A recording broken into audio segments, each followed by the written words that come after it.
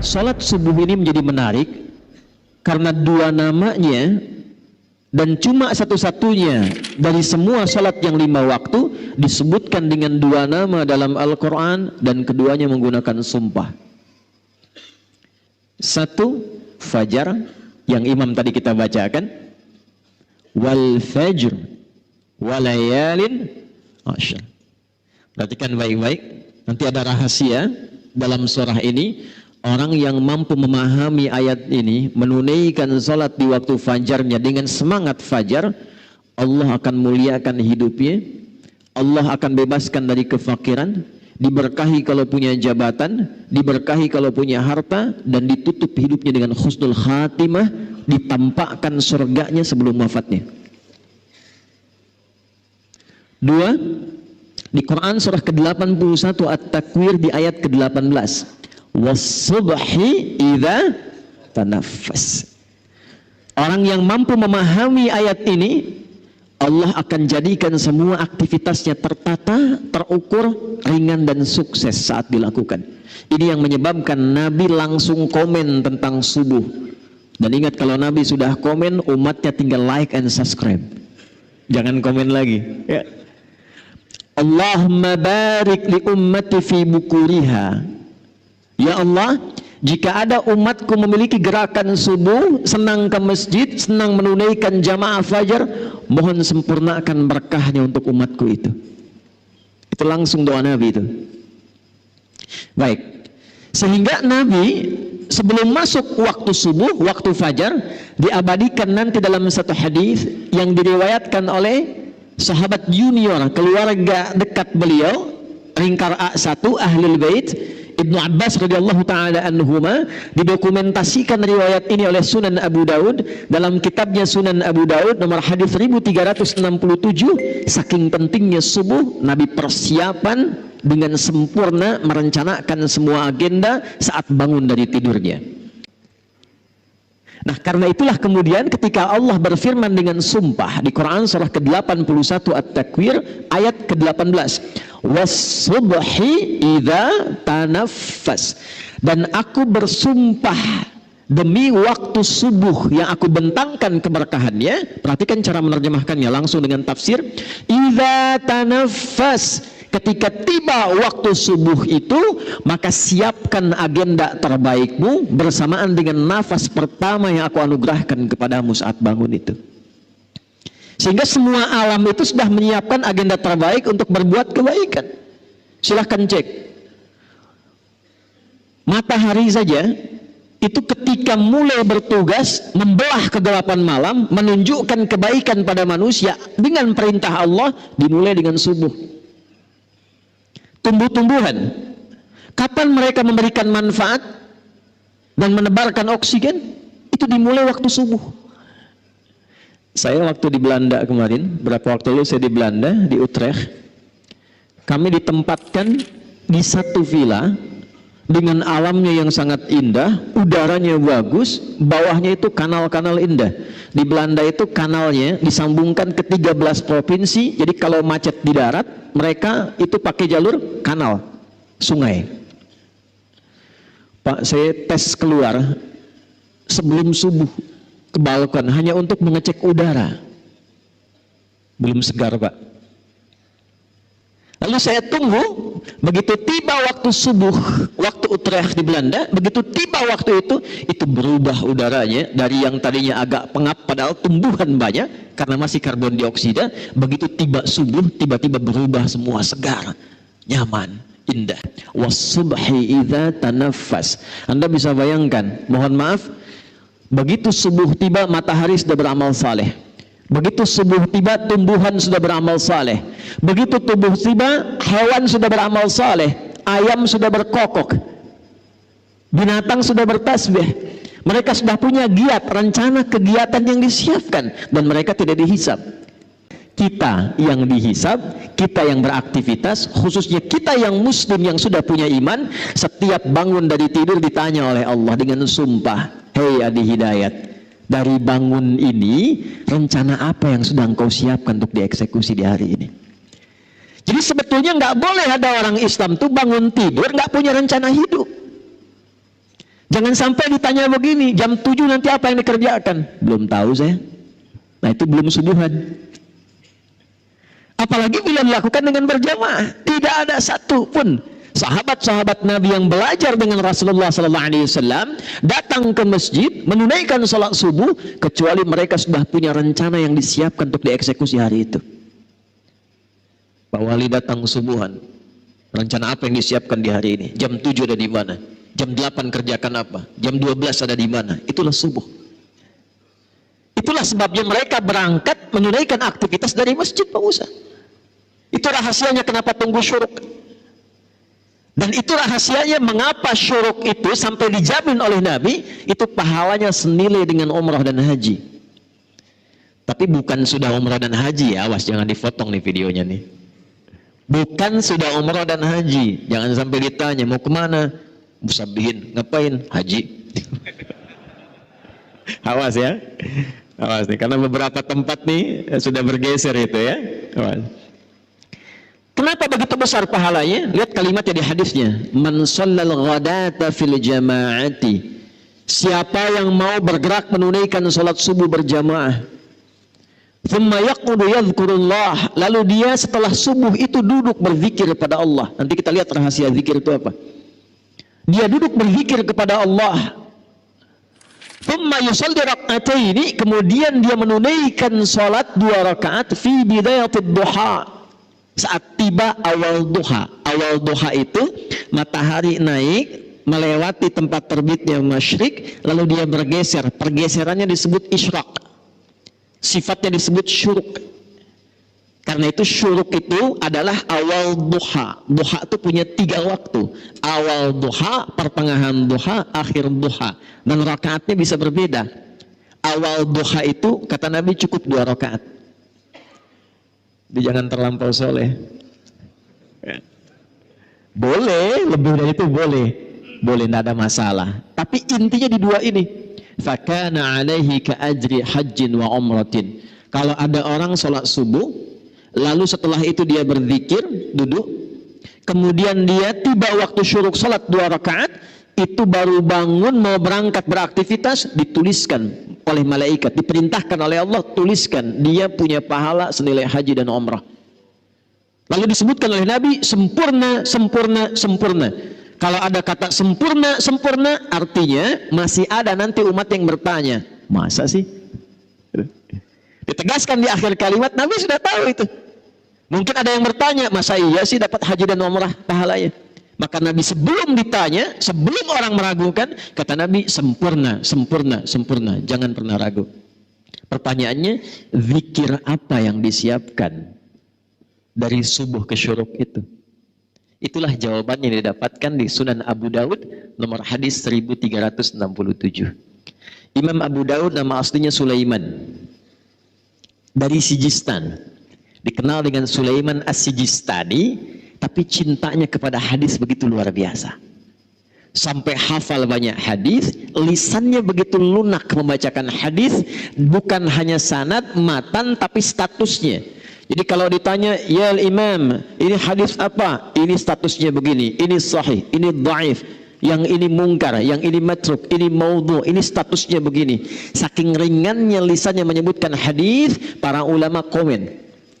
Di antara yang komen itu Al-Imam Ibnu Qayyim Al-Jauziyah, jika ada Nabi Daud mudah melunakkan besi dengan tangannya, maka ini Abu Daud ringan melunakkan hadis dengan lisannya.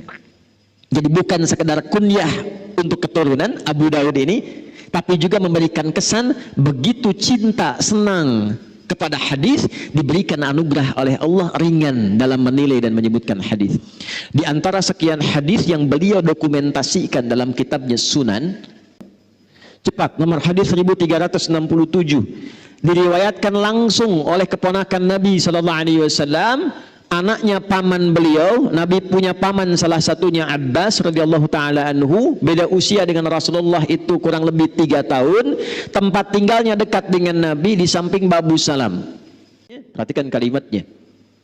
Kana an-nabiyyu sallallahu alaihi wasallam adalah kebiasaan Nabi Sallallahu Alaihi Wasallam jika bangun di malam hari sebagai persiapan subuhnya. Fajalasa, duduk dulu. Kata Ibnu Abbas tuh kalau beliau tuh bangun tengah malam lebih sedikit atau pas atau kurang sedikit. Saya konversikan ke waktu Indonesia, kurang lebih patokannya jam 2 lah. Lewat sedikit, mungkin 2/4, setengah 3, atau kurang sedikit setengah 2. Itu kebiasaan Nabi bangun. Jadi saking pentingnya subuh, disiapkannya oleh Rasulullah bangunnya sebelum subuh. Saking pentingnya subuh. Dan jadi kebiasaan, kata Ibnu Abbas. Apa yang dilakukan oleh Nabi? Maka saat bangun itu beliau duduk dulu. Ini sunnah. Jadi bukan bangun langsung baca doa, bukan. Ya, bangun tuh duduk dulu. Dalam duduk itulah dibiarkan dulu darah mengalir, tenang dulu. Yang kedua, famasaha biyadihi min athari naumi. Beliau kemudian menggunakan bagian tangannya yang bersih untuk menghilangkan bekas kantuknya. Hilangkan dulu ngantuknya. Ya, jadi bukan bangun tidur langsung baca doa, tidak. Doa itu bagusnya dibacakan dalam keadaan sadar dan khusyuk. Bangun jam 2, ngantuk masih ada. Alhamdulillah nih. Ayana, sadar jam 6. Sadar dulu. Karena doa itu ketika dipanjatkan dalam keadaan sadar, diiringi dengan hati yang khusyuk, seketika jawaban muncul. Minimal ada getaran hati, ada ketenangan, konfirmasi dalam jiwa kita. Maka apa yang terjadi? Baru kemudian setelah sadar, hilang ngantuknya. Ini yang pertama dilakukan. Kita kombinasikan dengan hadis Al-Bukhari dari dua orang sahabat, Mu'adz bin Jabal dan Jundub bin Junadah radhiyallahu taala anhuma. Faqara'a, maka baru Nabi membaca doa. Perhatikan doanya. Alhamdulillahilladzi ahyana ba'dama amatana wa ilaihin. Pertanyaan saya, paham nggak maknanya apa doa itu? Ini sebetulnya komitmen awal kita menjalani hidup. Alhamdulillahilladzi ahyana. Ya Allah, terima kasih. Hamba memujimu dan bersyukur padamu yang telah memberi kesempatan hamba hidup di hari ini. Walaupun engkau bisa wafatkan hamba dalam tidur tadi, namun engkau perkenankan sesuai dengan ajal yang telah engkau tetapkan. Terima kasih ya Allah, diberikan kesempatan hidup lagi di hari ini. Alhamdulillahilladzi ahyana ba'dama amatana. Ini kuncinya. Wa ilaihin nusyur. Hamba berjanji ya Allah, hari ini akan mencari bekal terbaik dalam hidup supaya siap saat pulang. Jadi nusyur itu artinya menyebar untuk pulang. Kita saat mengatakan wa ilaihin nusyur, kita berkeyakinan selama ini beraktivitas, satu saat pasti pulang. Itu saat kembali kepada Allah. Pertanyaannya, apakah setiap yang pulang itu sudah menyiapkan bekal untuk pulangnya? Karena sifat pulang itu, Pak, Bu, itu punya sifat senang. Ya, Bapak Ibu di Jakarta menjelang Lebaran, mau akhir Ramadan, pulang kampung senang tidak? Pulang ketemu keluarga senang tidak? Senang. Senang itu pulang kalau ada bekal. Saya tanya ada orang, kenapa tak pulang? Saya tak ada bekal, Ustaz, katanya. Tapi kalau dia sudah punya bekal, walaupun cuma pakai motornya bebek, itu bekalnya jadi singa tuh. Belakang kasih pelepah pisang, tambah lagi kemudian bacaan, dus 1, dus 2, dus 3. Di belakang dekat knalpot dia tuliskan, aku pulang sayang.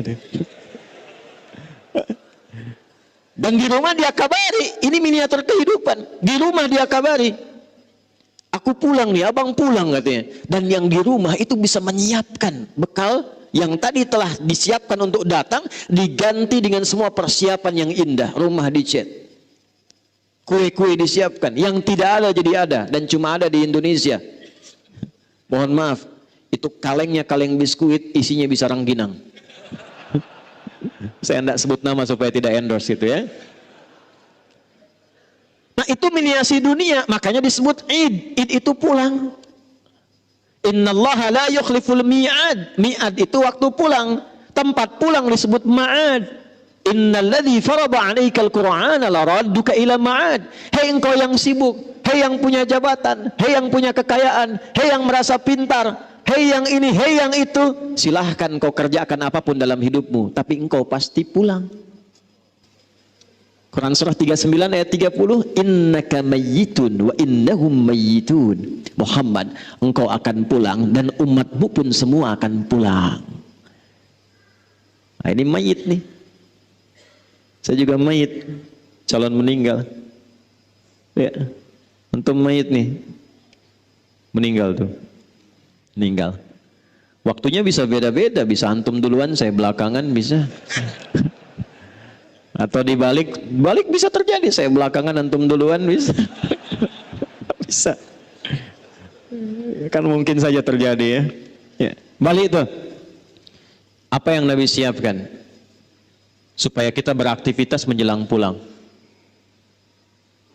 Itulah yang Nabi bacakan, faqara khawatim surah Ali Imran. Ini persiapan sebelum subuh. Di sini kita akan fokuskan bahasan kita. Maka Nabi menunjukkan, siapkan bekal dari 11 ayat terakhir surah Ali Imran. Itu kunci menjalani semua aktivitas hidup setiap hari. Saking pentingnya ayat ini dibacakan setiap hari oleh Nabi saat bangun tidur dan disiapkan untuk dieksekusi setelah keluar dari masjid sholat subuh. Inna fi khalqis samawati wal ardi wa ikhtilafil laili wan nahari la ayatil liulil albab. Fokus. Alladzina yadhkuruna Allaha qiyaman wa qu'udan wa ala junubihim. Masih ingat tadi setelah sholat subuh zikir menunggu syuruk kan?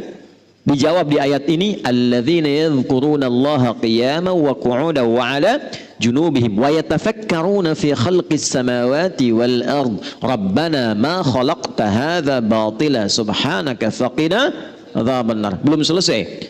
Rabbana innaka man tudkhilin nar faqad akhzaita wa ma lidh-dhalimin min ansar. Belum selesai. Rabbana innana sami'na munadiyan yunadi lil imani an aminu bi rabbikum fa'amanna. Rabbana faghfir lana dhunubana wa kaffir 'anna sayyi'atina wa tawaffana ma'al abrar. Rabbana wa atina ma wa'adtana 'ala rusulika wa la tukhzina yaumal qiyamah innaka la tukhliful mi'ad. Sampai sini saja, sampai pulang. Ini saking pentingnya kita bacakan 17 kali dalam sehari. Di setiap waktu salat fardu.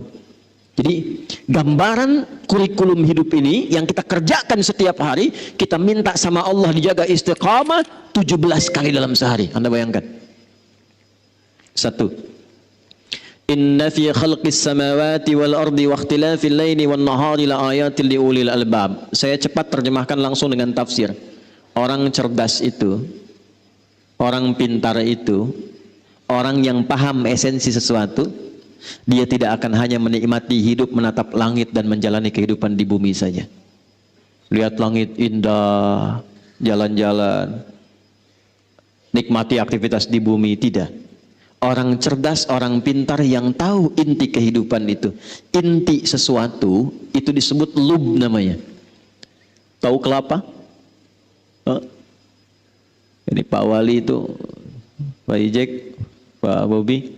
Kemarin saya makan satu tempat di sini ada kelapa, tapi kelapanya Thailand. Kenapa nggak ada kelapa Medan? Ya, saya makan di Medan, kelapanya kelapa dari Thailand. Nanti ada hadis Nabi di ujung saya ingatkan tentang kondisi masa depan yang perkembangan teknologi semakin cepat. Supaya nggak lompat-lompat saya urutkan dulu. Kelapa itu ada kulitnya nggak luarnya? Serabut ya. Setelah ketemu serabut ketemu apa? Batok kelapa. Setelah ketemu batok ketemu apa? Ada dagingnya ya. Nah, lalu air, kalau kita lihat kelapa di dalamnya itu kan ada daging halus tuh ya. Itu yang paling enak kan? Itulah lub namanya. Inti sesuatu, inti kelapanya, lub. Jamaknya disebut albab. Ada orang yang kalau disebutkan sesuatu paham, oh ini intinya. Arahnya ke sini. Itu ulul albab. Tapi ada orang yang dijelaskan sekali belum paham. 2 kali baru paham, daging kelapa. 2 orang disebutkan, yang satu paham, yang satu 3 kali belum paham-paham, batok kelapa.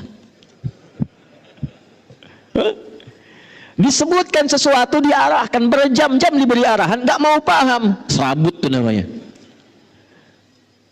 Dan biasanya yang sering kejebak dengan serabut kelapa itu monyet. Coba lihat monyet tuh, sering kejebak dengan sabut kelapa. Jadi bedanya hewan dengan manusia, manusia itu didesain oleh Allah inti otaknya itu dan inti hatinya untuk cerdas dan pintar. Tidak ada manusia bodoh. Cuma di lagu ada band yang bandnya sudah nggak ada. Nggak ada manusia bodoh. Semua manusia diciptakan Allah pintar. Nah, tingkat tertinggi yang pintar itu disebut oleh Al-Quran dengan ulul albab. Siapa ulul albab ini? Tingkat tertingginya yang paham tugas dia dalam menunaikan kehidupan di bumi untuk pulang ke akhirat. Jadi kalau cuma mengumpulkan harta, berangkat gelap, pulang gelap, harta banyak, akhir pekan liburan, tunjukkan, bikin status, maaf, itu belum ulul albab, itu baru batok kelapa. Karena jahiliyah pun banyak begitu. Kalau cuma berebut untuk dapat kedudukan, berebut sampai naik tingkat tertinggi, bangga dengan itu, pasang baligo besar-besar hanya untuk mendapat kedudukan, bukan untuk menggunakannya pada yang baik, itu baru batok kelapa. Karena jahiliyah itu banyak mengerjakan demikian. Ketika Al-Quran turun dan ingin merubah orang-orang Islam jadi orang pintar, orang bermanfaat, orang berbahagia, orang sukses, maka turun ayat. Orang pintar itu orang yang paham esensi kehidupan, untuk apa dia ada di dunia dan bagaimana dia cara pulang meninggalkan dunia. Maka apa yang dia lakukan? Alladzina yadhkurunallah. Maka dia berkonsultasi, tersambung kepada pencipta langit dan bumi. Ya Allah, kenapa saya diciptakan? Apa tugas saya? Untuk apa saya menjalani kehidupan di bumi ini?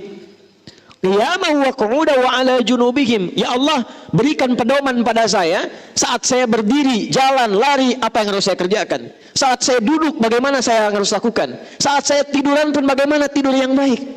Karena itu Anda tidak akan pernah temukan pedoman yang lengkap dari berdiri sampai tidur, bahkan caranya dan doanya, kecuali dalam Islam. Coba saya tanya ya, bangun tidur ada doanya enggak? Ada caranya? Mau tidur ada doanya enggak? Ada caranya? Ada. Pertanyaan saya, cara bangun tidur dengan cara akan tidur sama tidak? Doa bangun tidur dengan doa mau tidur sama tidak? Doa itu bukan sekedar menjadikan aktivitas jadi ibadah, tapi isinya petunjuk bagaimana menjalani aktivitas itu. Nah, sebelum kita mengeksekusi itu, wa yatafakkaruna fi khalqis samawati wal ardh. Siapkan tafakkur. Apa itu tafakkur? Tafakkur itu merencanakan dengan pikiran kita, menyiapkan agenda yang terstruktur, dibimbing oleh akal kita. Mau dikerjakan apa, berdiri, duduk, dan tiduran di hari itu. Susun agenda. Mau bangun jam berapa? Pagi ada di mana? Siang mengerjakan apa? Malam mau istirahat jam berapa? Orang pintar itu dia susun agendanya, bagaimana saat ia kerjakan ini tersusun dengan rapi, lalu kemudian dia niatkan pekerjaan itu untuk mencari bekal pulang. Itulah ulul albab. Ya, ada pedagang pengusaha di sini. Saya mau tanya, Anda usaha itu untuk apa? Hah? Dapat harta. Bagus, memang betul begitu. Nggak usah takut ya. Kalau sudah dapat harta mau apa? Kayak umroh, boleh, nggak apa-apa. Lihat baik-baik nih, lihat baik-baik. Kalau cuma kita mencari harta untuk kebutuhan dunia, itu umum, sah-sah saja. Dan di Quran ada ayatnya, Al-Baqarah ayat 200. Wa minan nasi may yaqulu rabbana atina fid dunya. Bukan, kalau belum hafal diam dulu. Wa ma lahu fil akhirati min khalaq. Ada orang-orang itu yang hidupnya lelah dia untuk mencari dunia, untuk dunia aja, tapi akhirat gak dapat apa-apa. Nah, yang ideal itu ada orang yang dunianya dia bahagia, akhiratnya pun dia mulia. Dunia sukses, kaya, punya kedudukan, ilmu luas, luar biasa. Akhiratnya pun luar biasa, juara dia. Itulah ayat 201 yang sering kita hadirkan dalam doa. Wa minhum may yaqulu rabbana atina fid dunya wa fil akhirati hasanah wa qina. Sukses dia, bahagia dia. Nah, bagaimana cara mengonversi itu? Pertama, lihat pesannya, langsung diterapkan oleh Nabi lewat bahasa Quran tadi. Was-subhi idza tanaffas. Kalau sudah menjelang subuh, malam-malam tuh siapkan dulu apa rencana besok. Karena itu Nabi itu sebelum tidur, itu yang dilakukan evaluasi dulu. Tadi kerjakan apa seharian ini? Oh iya, saya ke masjid misalnya, jamaah. 5 kali jamaah nggak? Ke masjid nggak? Baca Quran nggak?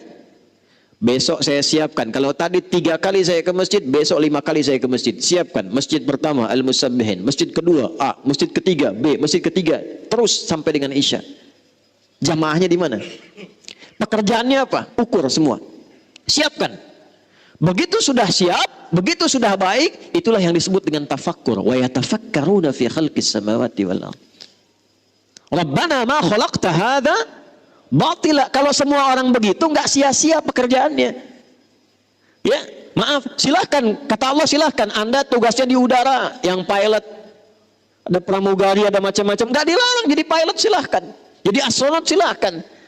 Yang penting itu jadi pilot yang terukur. Jadi astronot yang punya rencana yang baik. Siapkan dari sekarang. Anda tugas di lautan silahkan. Ada nelayan misalnya, ada bakamla jaga, silahkan. Tapi siapkan apa yang harus Anda lakukan saat akan berangkat ke lautan, itu punya rencana yang jelas. Di daratan juga demikian. Setelah itu, ini yang hebat. Ini yang hebat.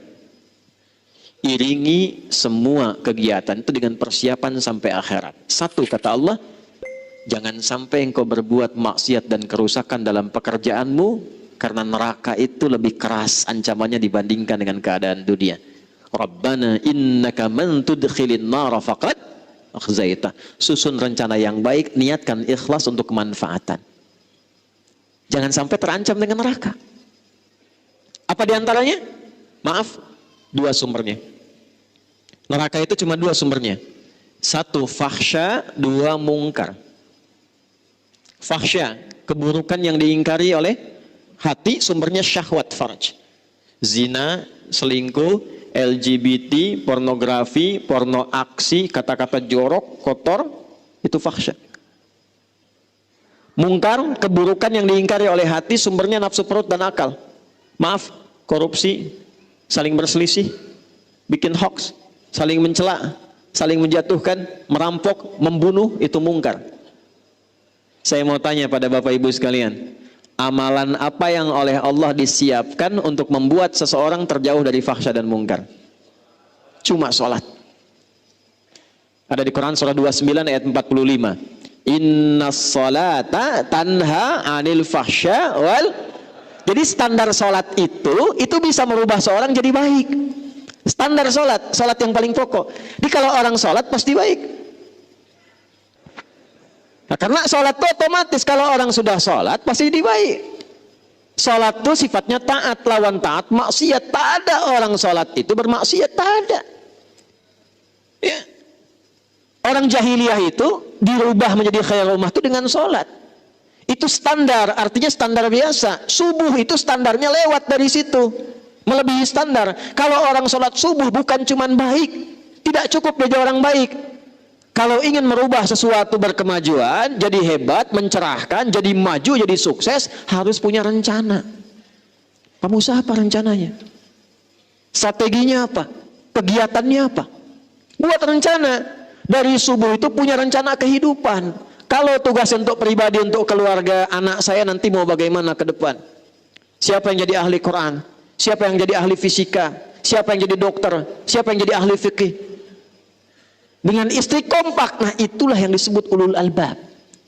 Kalau amanahnya lebih luas, RT, RW misalnya, sampai ke lurah, camat, sampai ke wali kota, sampai ke gubernur, sampai ke atas lagi, maka disiapkan rencananya dengan sifat-sifat tugas kerjanya. Di Sumatera Utara ini bukan cuma bicara siapa yang kemudian naik jadi pemimpin, tapi apa yang akan dilakukan setelah kemudian Allah berikan amanah itu. Mitigasikan. 33 kabupaten ini kekurangannya apa? Masuk hadis Nabi. Perhatikan. Sayati alaikum zamanun aw kama qala, akan datang satu masa nanti. Ditandai dengan taqarubuz zaman, waktunya begitu cepat berlalu. 1 tahun kayak sebulan, sebulan kayak sepekan, sepekan kayak sehari, sehari saya sekilatan.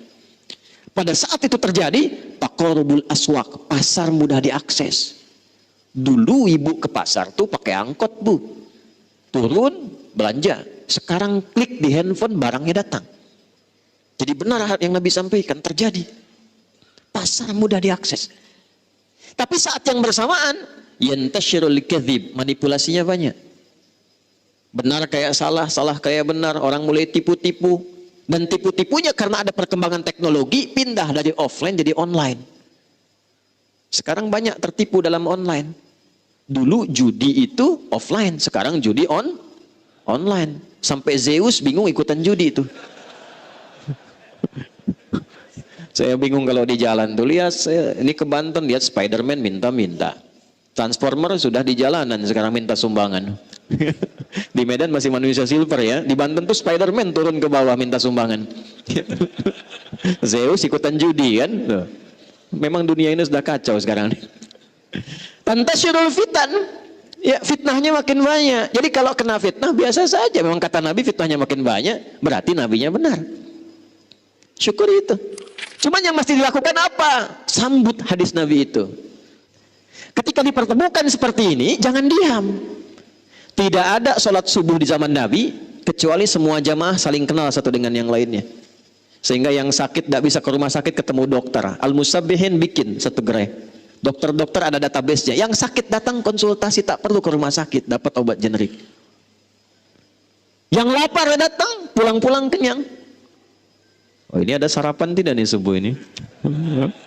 Cuma tanya Pak, cuma tanya. Yang haus datang, pulang. Yang tidak punya pekerjaan, ada database. Wah, ini yang punya usaha, konsultasi.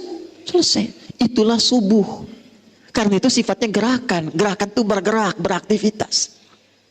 Jadi kalau cuma datang, sholat, pulang, nah itu belum sempurna. Nilai-nilai value yang melekat pada subuhnya. Sholatnya sah, dapat pahala. Cuman sampai pahala saja. Keberkahan subuhnya nggak dapat dengan sempurna. Kesuksesan mungkin, kebahagiaan belum tentu. Jadi ada sukses saja, ada bahagia saja, ada sukses dan bahagia. Sukses saja disebut dengan fauz, saya akhiri. Bahagia saja disebut dengan, awas hati-hati, fariha. Ya. Kalau sukses dan bahagia disebut dengan falah namanya. Saya ulangi, falah namanya. Ini saya pilih ya. Coba pilih. Kaya tapi gelisah atau miskin tapi tenang? Pilih.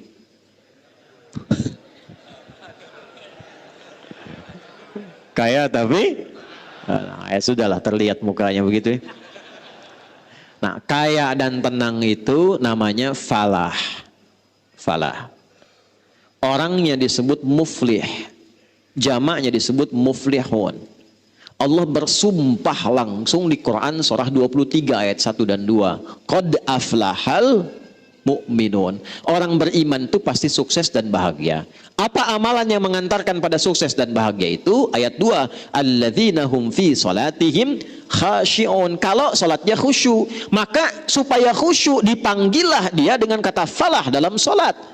Saat azan itu berkumandang, Anda tanya, kenapa saya mesti sholat? Dijawab langsung oleh suara muadzin, hayya 'alas shalah. Kenapa saya mesti sholat ya Allah? Jawab, hayya 'alal falah. Supaya engkau sukses dan bahagia. Jadi sebetulnya motivasi sholat itu bukan hanya menjadikan kita dapat pahala, supaya kita hidupnya sukses dan bahagia. Kalau kesuksesan itu diraih, kebahagiaan didapat karena kita ingat Allah, berpijak pada Allah, maka sadarlah kita akan keagungan Allah. Itulah yang menjadikan setelah hayya 'alal falah, ingat Allah lagi. Allahu Akbar, Allahu Akbar, la ilaha illallah. Tapi tidak semua orang yang sholat mendapatkan kesuksesan kebahagiaan. Mengapa? Karena dia tidak mengambil hikmah dan pelajaran dari semua pedoman-pedoman terkait sholat itu. Anda kalau cuma datang ke masjid, sholat 2 rakaat dan pulang, tidak dapat hikmahnya. Tapi ketika Anda sebelum datang uraikan kegiatan hari ini. Saya mahasiswa di USUM, mesti IPK-nya 4. Saat bersamaan saya menghafal Quran. Ya. Nah, saya tutup, saya akhiri. Siapkan rencana. Apa sifat kegiatan kita? Sebelum dieksekusi, datanglah kepada Allah untuk minta taufik dan petunjuk serta kemudahan. Datangnya kita ke masjid untuk sholat itu bukan sekedar sholat, minta sama Allah, ya Allah saya punya agenda nih, ya Allah saya punya kegiatan, fa idza faraghta fansab wa ila rabbika. Nah, wa ila rabbika farghab itu datangnya lewat sholat. Makanya kenapa sholat pertama disebut dengan fajar? Karena ada pancaran dalam tubuh kita merespon panggilan Allah. Allahu Akbar, Allahu Akbar. Sudah subuh nih, siap ya Allah saya datang. Datang dengan agenda. Sujud kita minta, ya Allah mudahkan urusan saya. Lindungi pekerjaan saya. Berkahi hidup saya. sayangi keluarga saya. Urutkan. Itu yang dimaksudkan. Itulah kemudian Allah bersumpah di surah Al-Fajr, wal fajr walayalin wasyaf'i wal, tiap tahun mesti begitu sampai ketemu puncak tahun, sehari ke-10 di bulan Idul Adha. Nah, qasam di Quran surah 89 sumpahnya itu wal fajri, di situ kata para ulama tentang keutamaan fajar saat Idul Adha. Tapi maksudnya berlatih setiap tahun supaya setiap pagi itu begitu aktivitasnya setiap tahun sampai ketemu Idul Adha, sampai ketemu Idul Adha. Kalau bisa dikerjakan, saya tutup, tidak ada satupun orang yang dapat rezeki kecuali puas.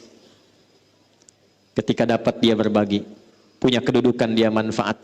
Lalu Allah siapkan di akhir kehidupannya cara pulang yang baik. Ya ayyatuhan nafsul mutmainnah. Karena dia punya agenda, dia punya arah, hidupnya tenang, maka meninggalnya pun dalam keadaan tenang. Hei jiwa yang sudah tenang, siap-siap pulang. Irji'i ila rabbika radiyatan, siap pulang, aku sudah ridha dengan amalmu, engkau pun akan ridha dengan pemberianku. Sudah siap pulang? Belum ya. Baik.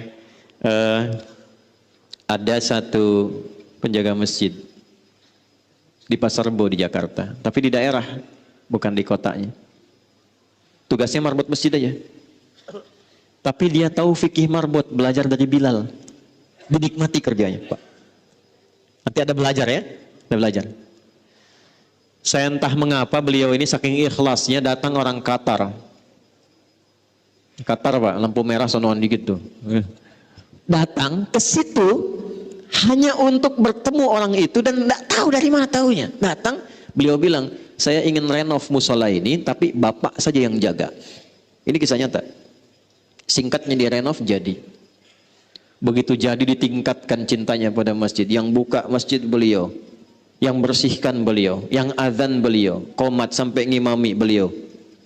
Semua bersih. Satu kali hari Kamis puasa, nunggu buka ba'da asar. Sudah rapikan masjid tuh orang sholat, tiduran dekat karpet.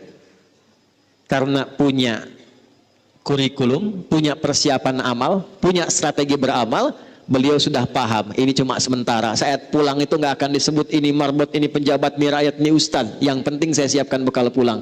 Itu cuma tiduran, Pak. Tiduran di tempat yang dirawat, di tempat yang diberkahi itu cuma merem-melek. Ya ayyatuhan nafsul mutmainnah.